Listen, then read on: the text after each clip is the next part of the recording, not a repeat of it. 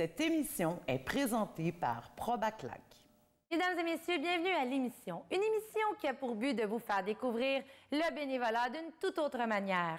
Pour ce faire, je m'entoure de deux invités auxquels je propose une thématique. Cette semaine, le don de soi et une émission spéciale sur la guignolée. Préparez-vous à être informés, à réfléchir pour réveiller le cœur de Bénélove qui sommeille en vous. Cœur du cœur à l'action, je Bénélove.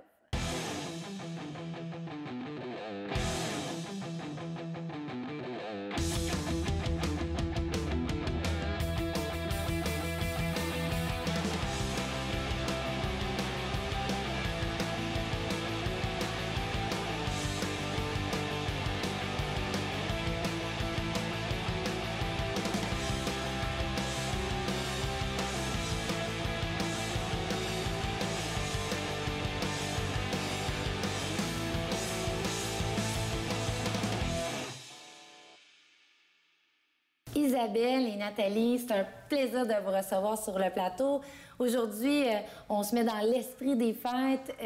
Vous avez tous les deux un projet en commun, mais vous avez aussi des projets individuels. Vous êtes des bénévoles ensemble et individuellement. Tout d'abord, Isabelle, toi, tu es membre du conseil d'administration du Book humanitaire. Tu es une agente immobilière. Tu t'impliques, je pense, honnêtement, tu es la personne que je connais qui s'implique le plus. Je pense que je t'ai impliquée, puis j'en vois beaucoup d'impliqués, mais on voit que pour toi, c'est une passion, le bénévolat. Puis je veux savoir comment tu fais pour jongler le milieu des affaires, ton bénévolat aussi au niveau du Book humanitaire, tu es dans Inspire-toi aussi. Parle-moi un petit peu de ton parcours de bénévole, ça m'intéresse. Oh my God! Oui! Ça a commencé quand? Quand est-ce que t'es tombée dans la potion magique? Bien, quand j'étais tout petite, ma mère, c'est elle qui m'a inspirée au départ. Ma mère, c'était quelqu'un qui faisait beaucoup de bénévolat. Puis quand j'étais en secondaire 1, je pense que c'est vraiment là que ça a été le déclic. En secondaire 1, j'étais au collège Regina Sumta, puis on parlait de Mère Teresa. Puis tout de suite, j'ai vu le... On est riche de ce que l'on donne. Moi, c'est une de mes citations. Fait-il drôle que tu parles de Mère Teresa, oui. Oui, mais c'est ça. Pour moi, c'était comme un jour, je vais faire des missions humanitaires. Puis, mais je pensais pas m'impliquer autant dans ma vie. Honnêtement, tout le long de mon secondaire, je regrette quasiment, même encore aujourd'hui, je me dis, j'en reviens pas. Je me suis jamais vraiment impliquée à l'école. Ah, c'est drôle, j'aurais pensé... Autre chose de toi, je suis certaine que tu étais la fille, là, toujours hockey. Non, je m'impliquais auprès de mes amis, en dehors de l'école, mais à l'école, je me suis jamais impliquée. J'ai toujours trouvé ça drôle de ne pas m'être impliquée, mais bon, ça a été comme ça. Puis, de fil en aiguille, à un moment donné, j'ai été, en sortant de l'école, j'ai été voir le curé de la paroisse, parce que ma mère était bien impliquée avec la paroisse. Puis, je lui ai demandé si c'était possible de faire du bénévolat, de créer quelque chose pour les gens dans le besoin à Saint-Eustache. J'ai rencontré des familles. Ça n'a pas fonctionné, mais j'ai quand même continué à faire du bénévolat dans toutes les sphères, que ce soit en politique. Oui, parce que c'est varié, parce que je trouve ça tellement beau. Tu réalises un de tes rêves. En fait, tu t'en vas faire ta première mission humanitaire là, en février. Comment tu vis ça? Parce que souvent, un rêve, on se dit « Ah, c'est loin, il me semble qu'on veut le matérialiser. » Souvent, c'est flou. Là, tu vas le vivre, puis ça va aider d'autres gens. Fait en plus de réaliser ton propre rêve, ça va avoir un impact sur des vies à travers le monde. Est-ce que tu as pris conscience de ça? C'est merveilleux. Bien oui, surtout que j'aide beaucoup les gens, dans le fond, ici, au Québec, tu sais, j'aide beaucoup des gens que ça va être similaire un petit peu là-bas, mais encore plus dans la misère, puis... tu sais, c'est quelque chose que j'ai en tête. Puis, tu sais, éventuellement, mon plus grand rêve, c'est vraiment de partir des 3 mois en mission humanitaire. J'aimerais ça y aller avec mon fils. Tu vas y arriver. Oui, ça s'en vient. Puis, en plus, je trouve ça beau, les deux ensemble, parce que vous donnez localement. Puis ça, au niveau du bénévolat, je ne sais pas si vous le saviez, mais donner localement, les gens ne pensent pas à ça. Tu sais, souvent, on va donner à travers le monde. Toutes les causes sont nobles. Tout le monde a besoin d'aide. Mais souvent, on oublie le petit organisme à côté de chez nous parce qu'on est vraiment intéressé par les causes à travers le monde. Puis c'est là que je veux introduire le Inspire-toi. Tu es la conjointe de François Lemay. Vous faites du bénévolat familial. Moi, je vous vois comme ça, les deux ensemble. Alors, même sa fille. Votre fille, tu vois, mais j'ai comme l'impression que tout ça est parti, en fait, votre mouvement qui est rendu énorme à travers le Québec, est vraiment partie du don de soi, parce que c'est fait bénévolement. Vous avez plus d'une quarantaine de bénévoles, mais il y a beaucoup de gens qui vont dire « Ouais, mais vous êtes fous, vous n'êtes pas payés. » Puis ça, j'aimerais ça qu'on en parle. D'où est partie cette énergie-là de dire « Bien, moi, j'embarque, je soutiens François, on embarque les enfants, puis on donne de notre temps. » Ça fait longtemps que vous faites du bénévolat en famille ou avant Inspire-toi, par exemple?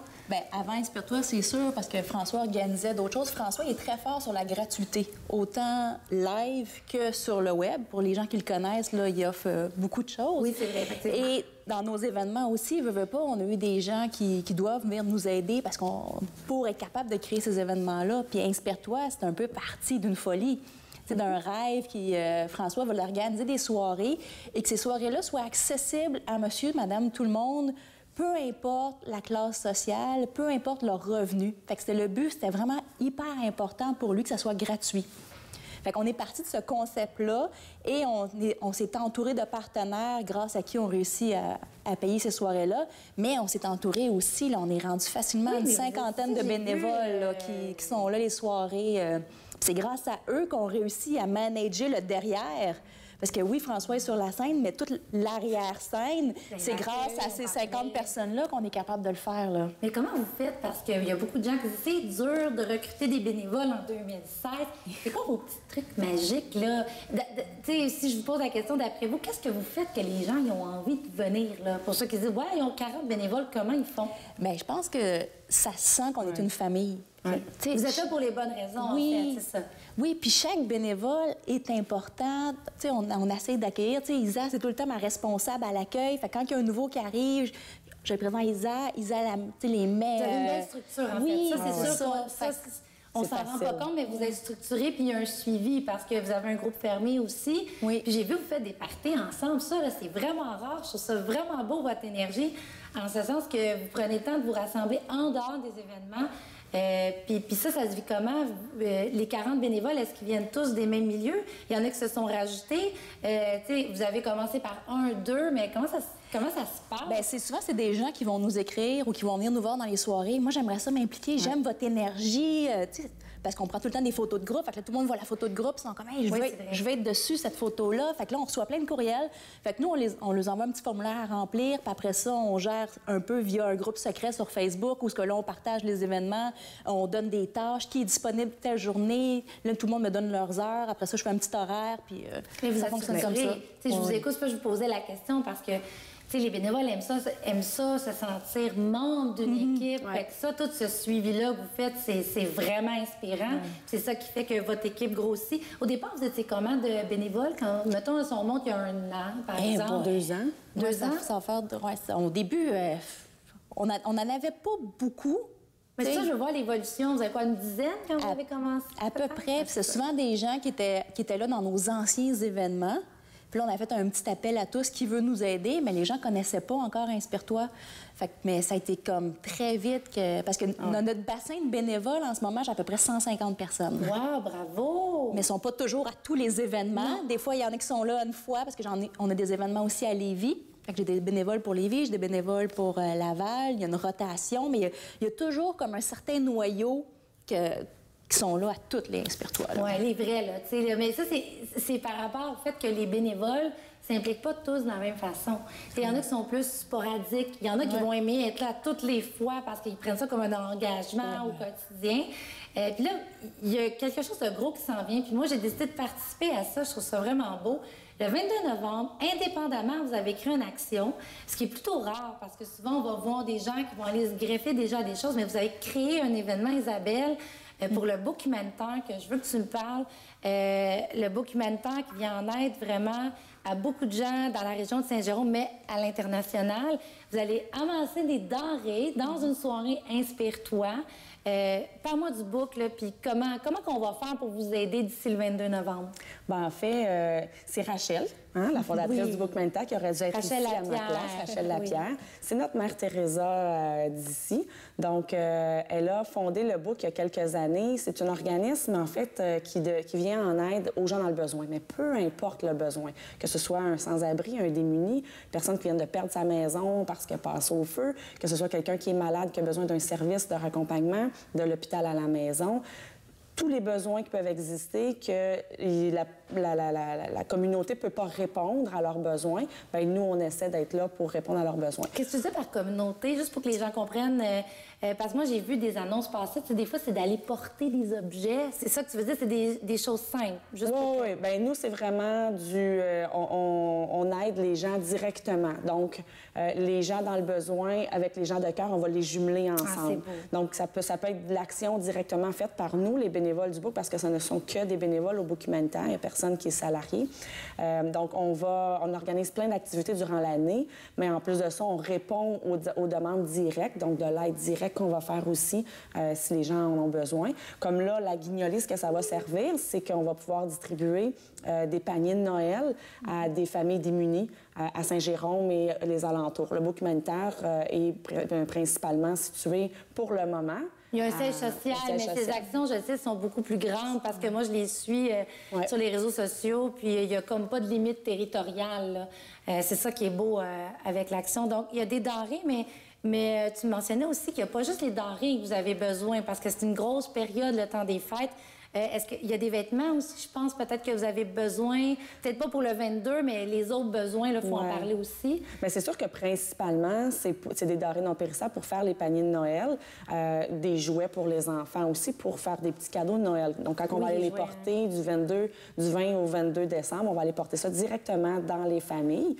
Le 17, on a la Maison du Père à Montréal. On s'en va faire un dîner de Noël aussi. Donc, s'il y a des choses, du linge de trop qu'on va avoir, à ce moment-là, on va pouvoir l'apporter aussi. Le dîner de Noël, c'est vraiment pour les sans-abri et les démunis. Donc, en même temps, on va pouvoir en donner. Il y a le 24 décembre à l'église sur la rue Brière à Saint-Jérôme que là, on va avoir le dîner des gens dans le besoin. Donc, que ce soit les nouveaux, les immigrants, les nouveaux arrivants, les réfugiés, les démunis, les sans-abri, ça va réunir tout le monde. On va servir autour de 300-500 repas. Donc, c'est sûr que si on en a de surplus, bien, ça va servir à cette journée-là aussi. Donc, on invite les gens à être très généreux pour qu'on puisse aider le plus de gens possible. Donnez. Trouvez la manière que vous voulez, mais donnez. Puis, en fait, ce qui est de merveilleux avec le 22 novembre, je pense que les inscriptions sont commencées. Vous avez des beaux invités de marque. Donc, en plus de venir porter notre denrée, je voudrais conclure là-dessus. Juste nous dire qui va être présent. Parce que pour ceux qui ne sont jamais allés, moi, je suis allée une fois, mais je suis le mouvement sur les réseaux sociaux. C'est incroyable. Il y a quoi, 2000 personnes? Mais comment ça va se passer le 22? C'est qui les invités? Bien, les invités de grands noms qu'on a, c'est Chantal Lacroix et Jérémy Demé. On va avoir aussi Jérémy Bérignard qui va être avec nous cette soirée-là. Fait que nous, vu que c'est une soirée qui est gratuite, les gens, ce qu'on leur dit, c'est que notre manière de redonner aussi, bien, vous le redonnez à nous en venant à la soirée, parce qu'il va y avoir autour de 1400 personnes qui vont être présentes. Mais on lui demande d'amener une canne de conserve, un plat de spaghettis. S'ils veulent amener un gros sac, go pour le gros sac. Puis c'est notre deuxième année qu'on fait ça aussi avec le Bouc humanitaire. On l'a fait aussi l'année passée. Fait que c'est vraiment une cause qu'on veut donner pour le cœur, mais on veut qu'après ça, ça redonne aussi aux gens. C'est ce qu'on leur dit. Vous venez gratuitement, mais en échange, amenez un petit quelque chose pour être capable d'aider. Oui, puis je vais aller plus loin. Quand vous allez faire votre épicerie cette semaine, bien, commencez à acheter une boîte de plus, une canne de plus. Comme ça, quand on va arriver au 22 novembre, on va avoir un gros sac d'épicerie à apporter. Donc, je conclue le premier bloc là-dessus. Merci beaucoup. Bien, merci à toi. Bonjour, je suis Martine Bisson-Rodriguez. Ici, ça fait 3 semaines que je fais du bénévolat, mais j'en ai fait quand mes enfants étaient plus jeunes. Motivation à faire du bénévolat. Puis pourquoi vous avez commencé à pratiquer le bénévolat? Bon, quand j'ai commencé, soit quand j'ai commencé ou maintenant, je pense que quand on a la chance d'être bien, d'avoir un peu ce qu'on veut dans la vie, il faut prendre le temps de redonner au suivant et d'aider un peu comme on peut. C'est quoi votre plus grande satisfaction à faire du bénévolat? Ben, c'est de me sentir utile ou de rencontrer des gens, de croire que je participe un peu à la société d'une façon positive. Combien d'heures vous consacrez par année, par semaine à faire du bénévolat? Par semaine, actuellement, là, c'est 1 journée par semaine. Bon, bien, je vous remercie beaucoup. Ben, ça m'a fait plaisir. Mon deuxième bloc, le préféré, je vous challenge, je vous donne des chiffres, je veux votre opinion.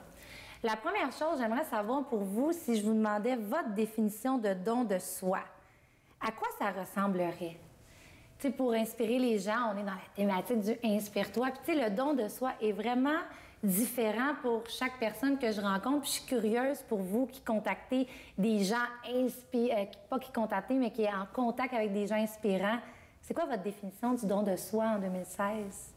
Bien, pour moi, le don de soi, c'est dans n'importe quoi, dans toutes les petites choses. Puis comme j'ai déjà dit à la Chambre de commerce, de donner, c'est gratuit, puis c'est facile parce que... Puis il y a bien des gens qui pensent pas qu'ils donnent puis qui ont un don de soi ou qui font du bénévolat. Pour moi, la définition qu'il y a dans le dictionnaire, ça va au-delà des organismes.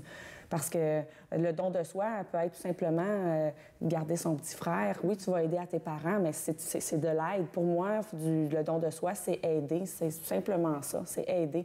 Donc, il y a bien des gens qui ne le savent pas ou qui ne pensent pas, mais tout le monde est capable de faire... Ou qui donnent, ils n'en sont juste pas conscients. Exactement, ils ne sont pas conscients. Mais moi, je pense que tout le monde le fait, même s'ils ne le savent pas. Là, tout le monde est capable de le faire et tout le monde le fait surtout. Et non pas juste de dire qu'ils sont capables. C'est vrai, ça, je pense qu'il n'y a pas personne qui donne pas. En tout cas, j'en ai jamais croisé. C'est qu'on le sait pas et on n'en prend pas conscience. Puis toi, Nathalie, ce serait quoi ta définition du don de soi? Bien, moi, le don de soi, c'est comme un peu comme Isa. C'est toutes les petites actions qu'on peut faire, mais sans avoir l'arrière-pensée d'un retour. Ouais. Ah, ça, c'est vraiment bien dit. C'est vrai, hein? Ouais, C'est vraiment, tu fais une action, puis peu importe ce qui va arriver après, tu n'attends pas un résultat. Ouais. Non, pour moi, c'est ça. parce que sinon, il y a une déception. Oui, c'est en bien fait, quand dit. c'est le sang, là, pour ma part, moi, c'est comme le sang qui coule dans mes veines. C'est comme naturel. C'est comme quelqu'un qui travaille pour une entreprise. Il y en a ça va être un boulot, puis il y en a d'autres, ça va être une vocation. Bien, je pense que quand on est rendu où est-ce que nous, on est, c'est une vocation.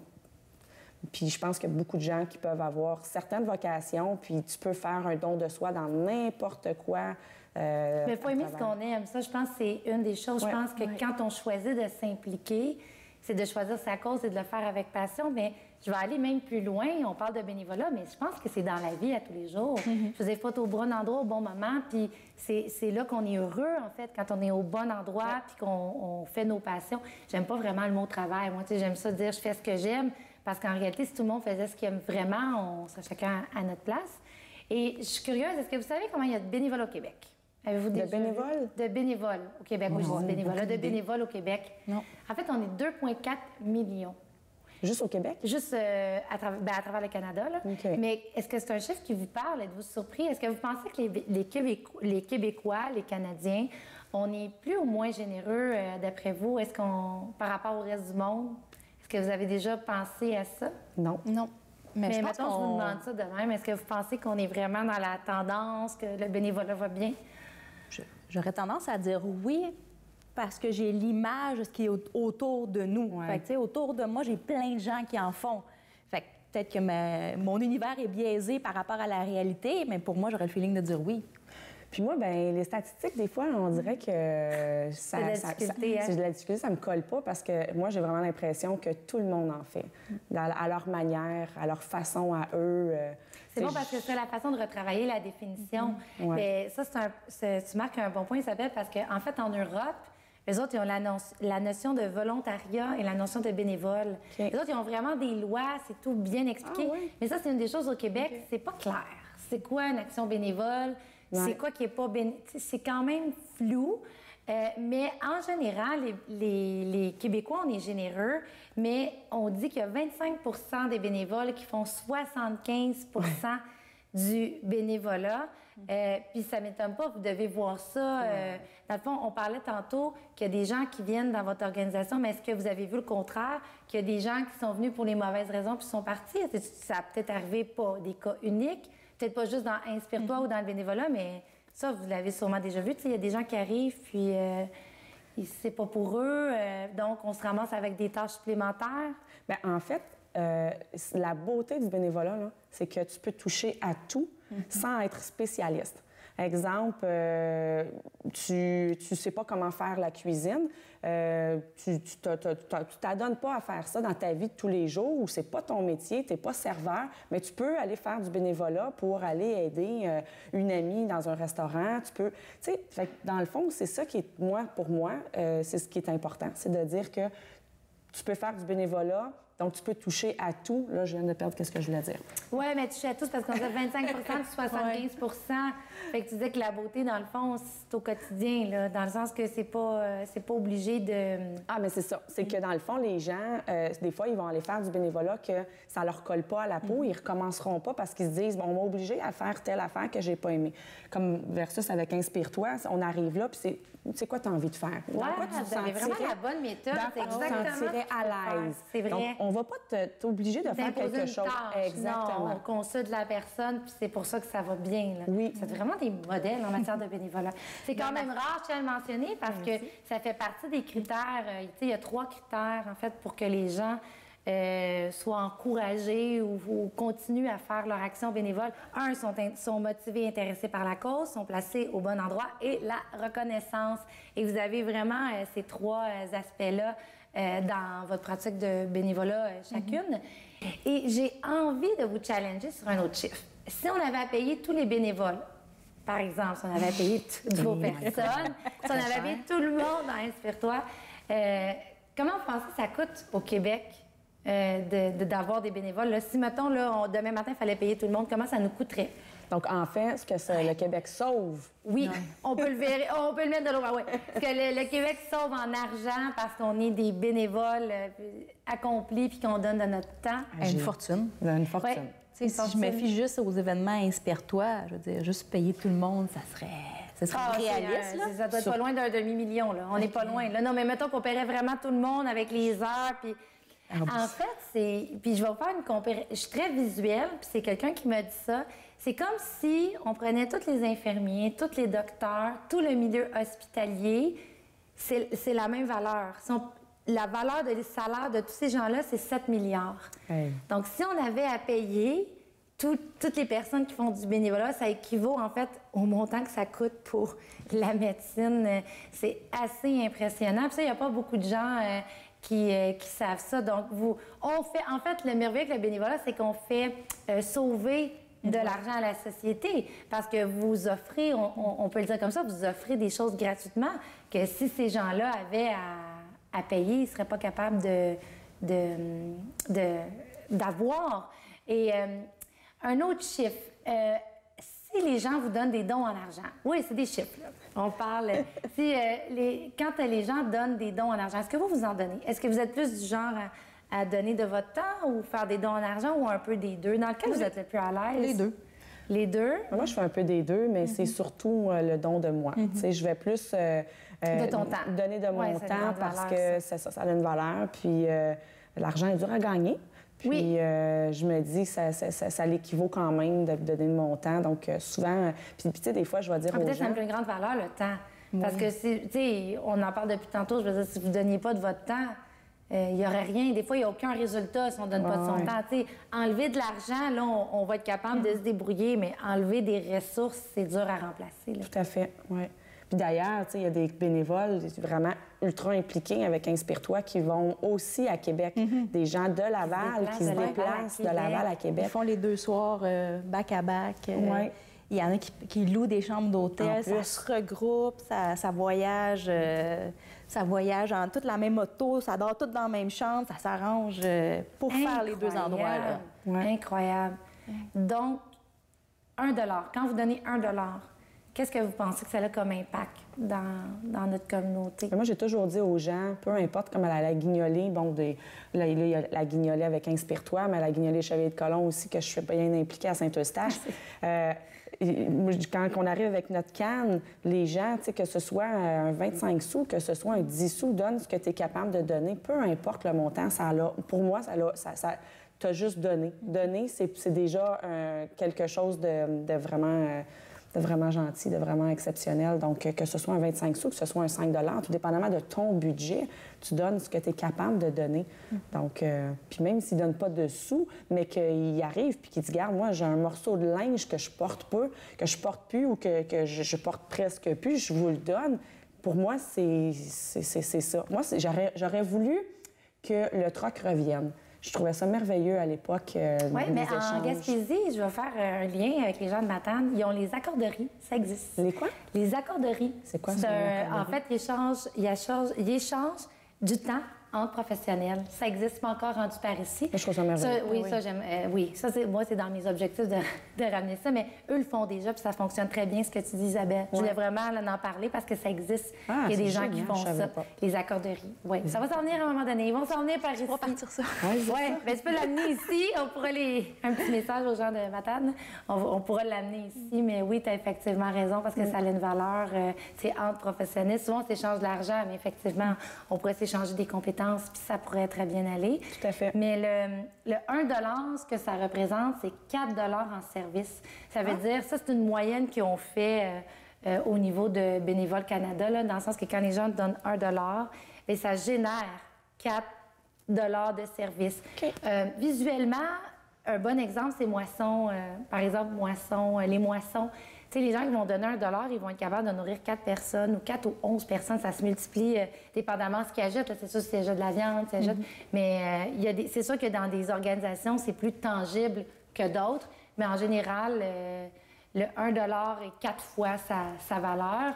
Et vous, en terminant, c'est déjà la fin, vous avez beaucoup de valeurs, vous transmettez des belles valeurs. Ça prend plus de gens comme vous. Merci. Merci. Arts visuels, chansons et musique seront réunis pour une même cause, la Maison des jeunes du Marigot. Le spectacle aura lieu vendredi 25 novembre sur la scène de la Maison des arts de Laval. Tout au long de la soirée, l'aquarelliste lavalloise Lise de Maisonneuve créera une toile tantôt durant les prestations de Claudette Dion, Monique Saint-Onge et Ben Allary, tantôt lors des arts musicaux offerts par Laurence Coury, Élise Bellerive, Julie Cadorette et Wei Tang Wang. L'objectif est d'amasser 8 000 $ pour le regroupement jeunesse, des dollars qui seront investis dans la rénovation de la cuisine dans les locaux de la rue Saint-André qui a subi un dégât d'eau en juin. D'ailleurs, le spectacle a pour nom « Aidez-nous à nourrir 240 jeunes, aquarelle en symphonie », en lien avec le souper communautaire du lundi proposé aux ados du quartier Pont-Vieux. Le billet est au coût de 40 $ et on peut s'en procurer à la Maison des Arts au 450-667-2040 et à la Maison des jeunes du Marigot au 450-668-3939. Le spectacle débute à 8 h. C'est maintenant le moment de vous présenter notre bénévole de la semaine. Amélie Boivin-Enfield est une bénévole qui participe depuis plusieurs années à Opération Nez Rouge. C'est une tradition pour elle. Félicitations, Amélie! Comme à chaque semaine, je vous gâte avec notre concours de la semaine. Vous courez la chance de gagner une tablette intelligente qui sera tirée très bientôt dans les prochaines semaines à la fin de notre saison. Pour ce faire, vous répondez à notre question. Et cette semaine, comment allez-vous vous impliquer avec votre famille dans le temps des fêtes? Allez partager votre réponse sur la page Facebook de Bénélove. Et si vous partagez votre réponse sur votre propre page, vous doublez les chances de gagner la tablette intelligente. Surtout, n'oubliez pas le 22 novembre prochain de vous rendre au Château Royal à la place Laval pour la grande guignolée de Inspire-toi. Ils vont récupérer vos denrées entre 17h et 19h. C'est un rendez-vous. Mais surtout, c'est un rendez-vous la semaine prochaine pour une autre émission du Cœur à l'action. Je Bénélove.